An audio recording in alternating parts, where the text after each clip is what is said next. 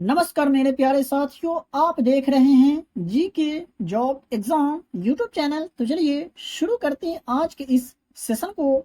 तो आपको इस क्लास की वीडियो में एसएससी के द्वारा इससे पहले जो सीएचएसएल के एग्जाम लिए गए थे और उनमें जो प्रश्न पूछे गए थे, मैं आपको आज के क्लास की वीडियो में पढ़ाने वाला हूँ, बताने वाला हूँ डिटेल्स के साथ। तो आप वीडियो को बगैर स्किप किए हुए पूरा जरूर देखिएगा, क्योंकि एक एक प्रश्न आपके एग्जाम के दृष्टिकोण से बहुत ही ज्यादा महत्वपूर्ण है और यहाँ से प्रश्न आपको अपने एग्जाम के पेपर में देखने को जरूर मिलेंगे। तो आज का पहला प्रश्न है, भारत में सबसे बड़ी खारे पानी की झील कौन सी है? भारत में सबसे बड़ी खारे पानी की झील जो है निम्नलिखित में से कौन सी है? तो चिल्का झील जो है ये भारत में सबसे बड़ी खारे पानी की झील है। सही जवाब हो जाएगा ऑप्शन नंबर ए। बात करें इनसे संबंधित अधिक जानकारी की, तो चिल्का झील जो है ये एशिया की सबसे बड़ी खारे पानी की झील है जो उड़ीसा राज्य में स्थित है। वहीं बात करें वुलर झील का, तो ये जम्मू और कश्मीर में है और यह भारत की सबसे बड़ी मीठे पानी की झील है। वहीं बात करें वेबनाड झील का, तो यह भारत की सबसे लंबी झील है जो केरल में स्थित है। बात करें सांभर झील का, तो यह भारत की सबसे बड़ी अंतर्देशीय नामक झील है जो राजस्थान राज्य में स्थित है। तो ये आप याद रखिएगा, यहाँ से प्रश्न आपको अपने एग्जाम के पेपर में देखने को जरूर मिलेंगे। आप स्क्रीनशॉट लेकर के रख सकते हैं, नहीं तो आपको फ्री में पीडीएफ दिए जाते हैं। 2 नंबर प्रश्न है, भारतीय रिजर्व बैंक के पहले भारतीय गवर्नर कौन थे? तो बात करिए भारतीय रिजर्व बैंक का, तो इसके पहले गवर्नर सीडी देशमुख थे, भारतीय रिजर्व बैंक के पहले गवर्नर। और बात करें भारतीय रिजर्व बैंक का, तो इसकी स्थापना कब हुई थी? तो वर्ष 1935 में। ये भी आप याद रखेंगे। देख लेते हैं 3 नंबर प्रश्न को, तो अटल पेंशन योजना कब शुरू की गई थी? तो बात करें अटल पेंशन योजना की, तो इसकी शुरुआत 9 मई 2015 को प्रधानमंत्री नरेंद्र मोदी जी के द्वारा की गई थी। अटल पेंशन योजना की शुरुआत। सही जवाब हो जाएगा ऑप्शन नंबर सी।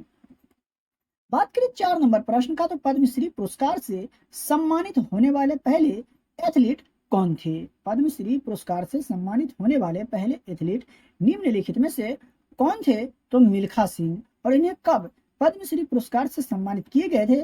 तो वर्ष 1959 में। तो ये भी आप याद रखिएगा, ठीक है। चलिए देखते हैं दूसरे प्रश्न को। बात करें 5 नंबर प्रश्न का, तो मानव विकास रिपोर्ट किसके द्वारा प्रकाशित की जाती है? मानव विकास रिपोर्ट निम्नलिखित में से किसके द्वारा प्रकाशित की जाती है?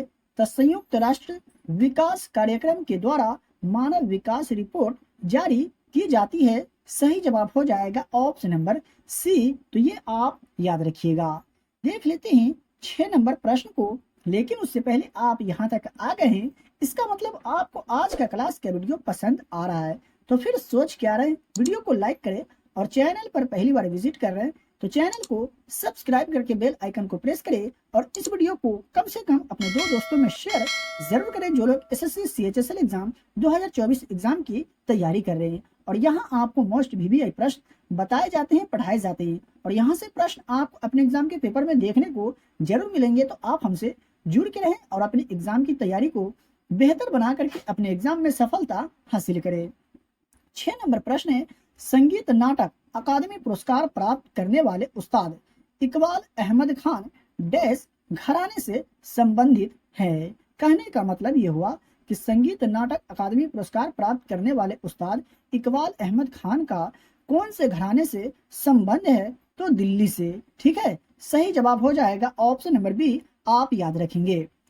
7 नंबर प्रश्न है, डैश भाखड़ा चूना बनाने के लिए पानी के साथ अधिक अभिक्रिया करता है? निम्नलिखित में से कौन जो है भाखड़ा चूना बनाने के लिए पानी के साथ अधिक अभिक्रिया करता है? तो CaO। सही जवाब हो जाएगा ऑप्शन नंबर सी।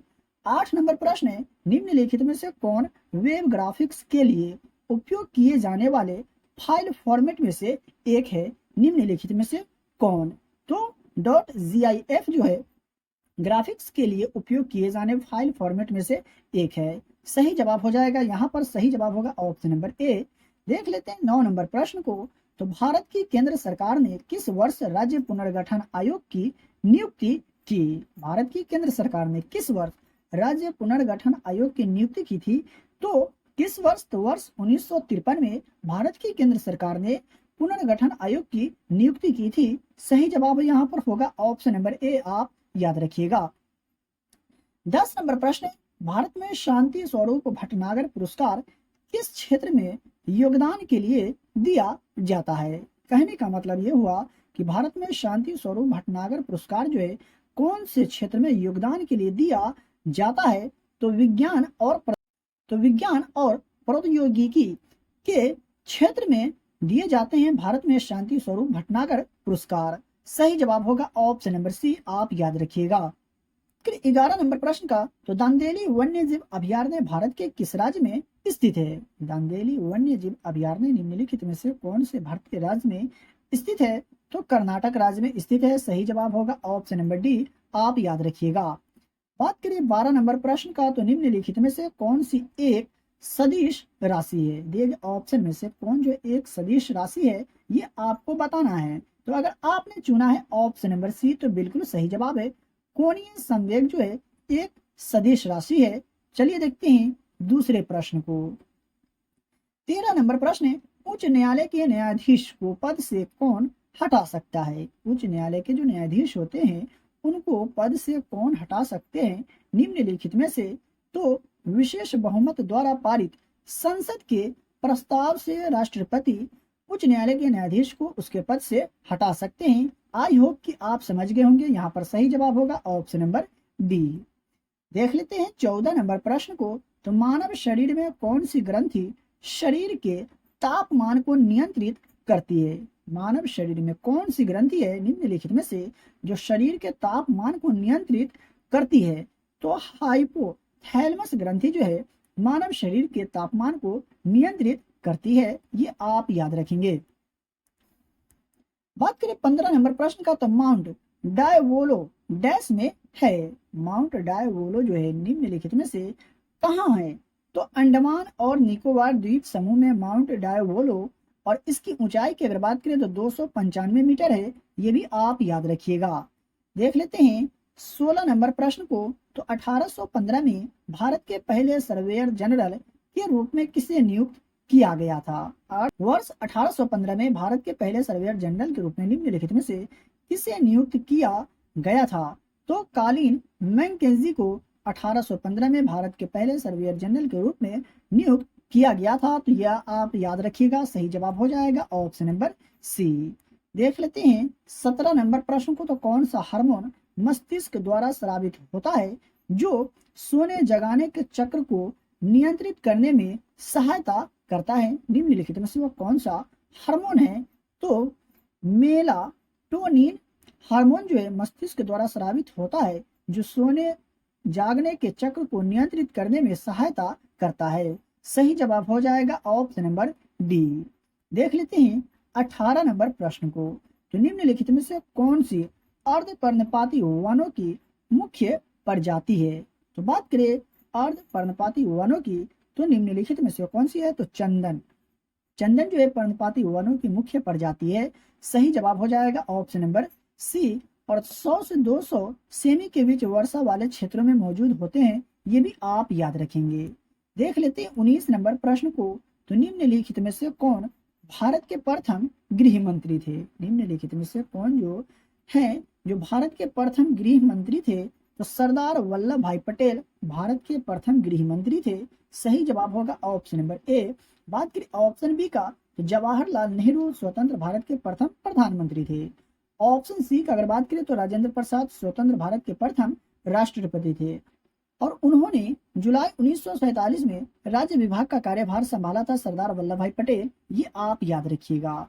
देख नंबर प्रश्न है, पुरुष सूक्त किस वेद का सूक्त है? तो ऋग्वेद का। सही जवाब हो जाएगा ऑप्शन नंबर बी। देख लेते हैं 21 नंबर प्रश्न को, तो कौन सी उत्तर भारत में खरीफ की फसल और दक्षिण भारत में रबी की फसल है? बहुत ही अच्छा प्रश्न है, आप याद रखिएगा। एग्जाम में पूछा जा चुका है और आगे भी हो सके तो पूछ सकता है।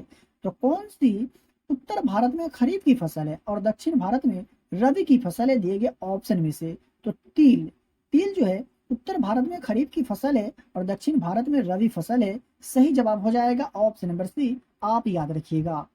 देख लेते हैं 22 नंबर प्रश्न को, तो कौन सा रोग एक प्रोटोजोआ जीव लिशमैनिया के कारण होता है। इनमें से कौन सा रोग है जो एक प्रोटोजोआ जीव लिशमैनिया के कारण होता है?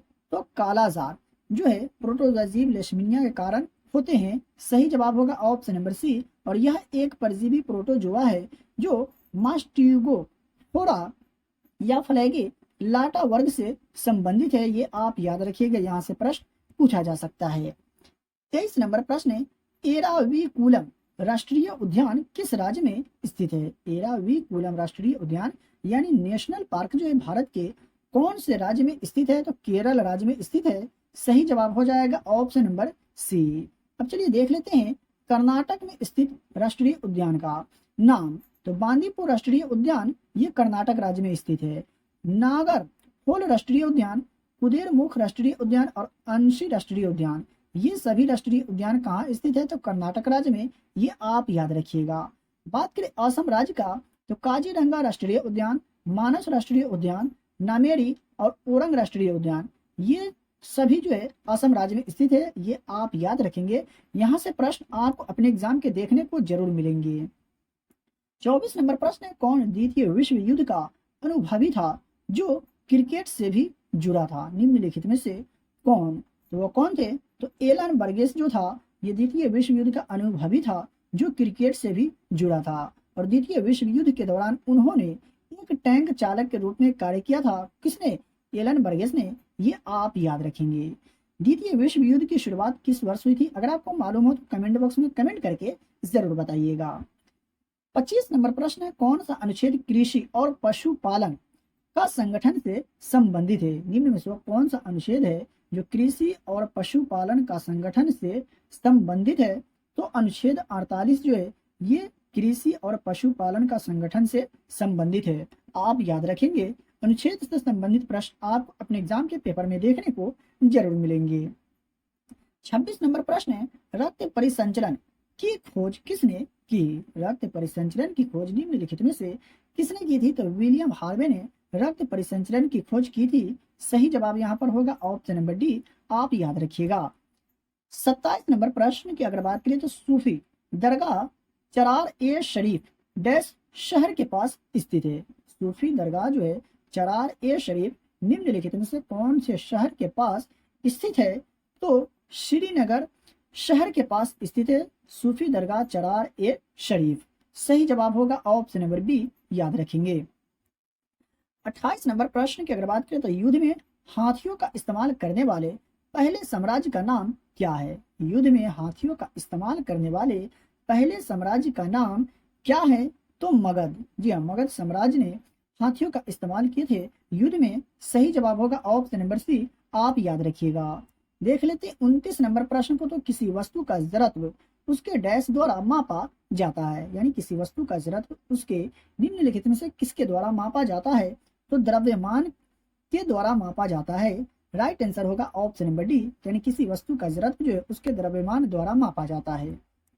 30 नंबर प्रश्न है, कितने टेराबाइट एक पेटाबाइट बनाते हैं? यानी कितने टेराबाइट के बराबर एक पेटाबाइट होते हैं? इस तरह से भी आपसे प्रश्न पूछा जा सकता है। तो 10 से 24 टेराबाइट एक पेटाबाइट बनाते हैं। राइट आंसर होगा ऑप्शन नंबर ए। चलिए इनसे संबंधित अधिक जानकारी को देख लेते हैं। तो बात करें 10 से 24 केबी बराबर कितना होता है? तो 1 MB होते हैं, यानी 1 मेगाबाइट होता है। 10 से 24 MB बराबर की अगर बात करें तो 1 GB यानी गीगाबाइट, यानी 1 गीगाबाइट होते हैं। 10 से 24 GB बराबर 1 TB यानी 1 टेराबाइट होते हैं। 10 से 24 TB बराबर क्या होते हैं? तो 1 PB यानी 1 पेटाबाइट होते हैं। 10 से 24 PB बराबर की अगर बात करें तो 1 EB यानी 1 एक्साबाइट होते हैं। ये आप याद रखेंगे, स्क्रीनशॉट लेकर के रख सकते हैं। नहीं तो आपको डेली की क्लास का फ्री में PDF दिए जाते हैं। तो अगर आपको आज का क्लास का वीडियो पसंद आया हो और अभी तक वीडियो को लाइक नहीं किए तो वीडियो को लाइक करें, और चैनल पर पहली बार विजिट कर रहे हैं तो चैनल को सब्सक्राइब करके बेल आइकन को प्रेस करें, और इस वीडियो को अपने दोस्तों और रिलेटिव में भी शेयर जरूर करें। डेली की क्लास का फ्री में PDF प्राप्त करने के लिए वीडियो के डिस्क्रिप्शन में दिए गए टेलीग्राम चैनल लिंक को ज्वाइन करें और डेली की क्लास का फ्री में PDF प्राप्त करें। तो चलिए मिलते हैं फिर से एक नए वीडियो में।